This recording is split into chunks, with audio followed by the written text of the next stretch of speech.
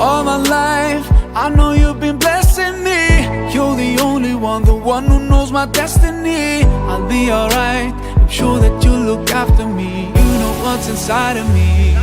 And the salam, wa minka salam.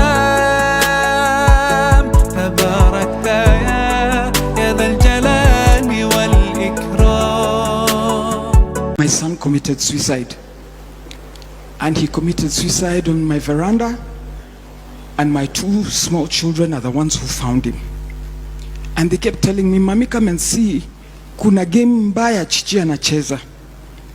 You don't have to feel lonely because you are so precious to Jesus. He wants you in heaven with him. That's what John 14 says. You're so precious to him that if you were the only one on earth and you did something wrong, he would still come and save you.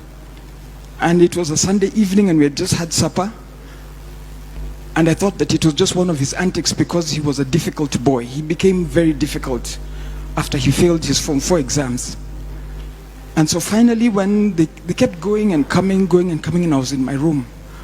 When I went outside, I found my son hanging on my veranda. And the most wicked sight in my life is to see his tongue hanging almost up till here. Because he had...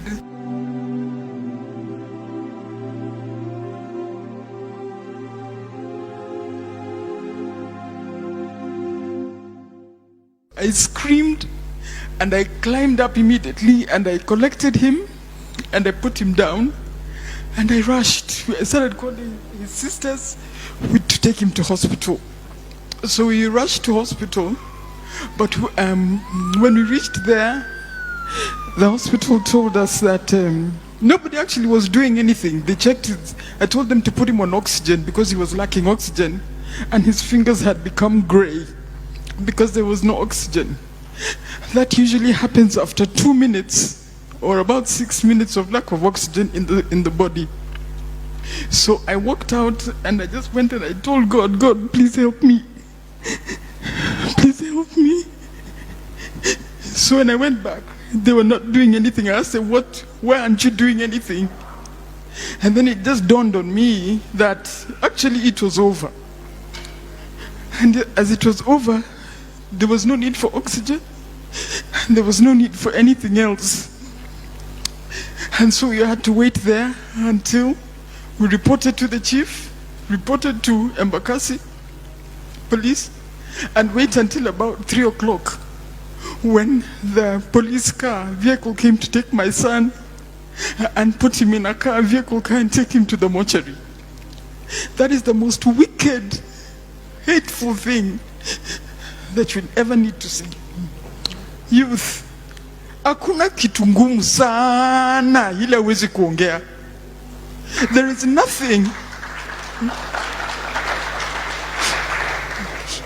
is nothing so hard that cannot be discussed. Whether it was sexual violence, which I came to discover that he had been sodomized, whether it was bullying in school, whether it was peer pressure, whether it was failing his exams. So when he failed his exams, first of all, his knowing depression makes you have all the symptoms that are mentioned in that paper. All of them, he had them.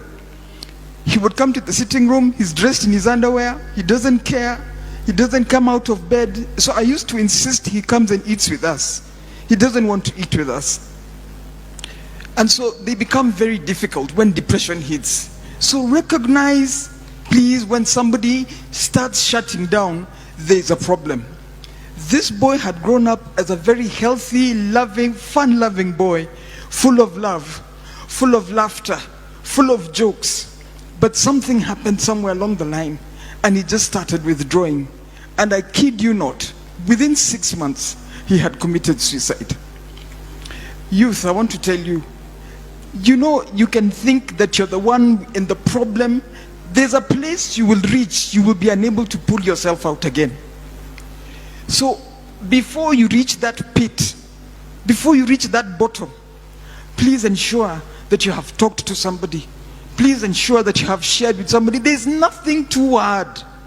There's nothing too hard. Bible says there is nothing new under the sun. So anything that you're going through is not new. It has happened to somebody else, and it can be solved. We buried my son, but now the after effects are the worst. Because now I kept blaming myself. What didn't I do? What did I do? I tried to be as supportive as I wanted. He refused school. One day he just said, Mami sirudi hiyo shule. And that was it. I had to look for another school for him to go to. And when he went to another school again, then he refused to attend lessons. And then he attends exams, and then he's shocked that he fails his exams. And so when we showed him his results and he came home with the results, he couldn't believe it, and that's when he started going downhill. So the sisters, his sisters, my children, all tried to encourage him to do other things. You can't sit. Do you want to go to driving school? Do you want to go to college? Do you want to draw? Because he was a very good artist. Do you want to draw? What do you want to do? We'll do it for you. He says, Bado siko tayari, bado sijajua, I'll let you know. Then that day, he hung himself. But what it has happened, the after effects, is that thereafter, I'm the one who hit depression. I couldn't believe, I couldn't think, I couldn't eat. I couldn't think, how do you bury a 20-year-old son? A boy with mandevu? Somebody, how do you bury your son? Just how do you bury your son? In August this year, we went to fix his grave. And there's nobody who feels the pain apart from a mother, apart from a brother, apart from a sister. Nobody feels that pain. You might think that you're in a pit, but you're not. There is always help. I want to thank the government for making mental health a priority, because we would have lost so many. When we were going to collect my son that day, we were so many parents. We left at 5 in the morning because we were going to Siaya. And I tell you, 6 parents were there because of suicide. 6 parents. And those that were in there that were waiting to be collected the following day, some were being brought in. We cannot lose youth for something that has got a solution. We cannot lose you who have got the energy to build our country for something that has got solutions. I beg you to engage with the processes that are available for us, for the options that are open for us, and please, so that you don't hurt your parents also. Because even when you go, the pain remains with us.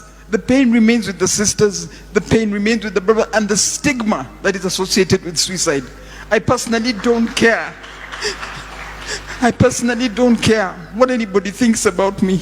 And that is why I said that just to honor my son's memory, I will speak about mental health. Everybody hurts sometimes, everybody hurts someday, yeah. But everything will be alright. Go as your voice will say, hey. Here's to the ones that we got. Cheers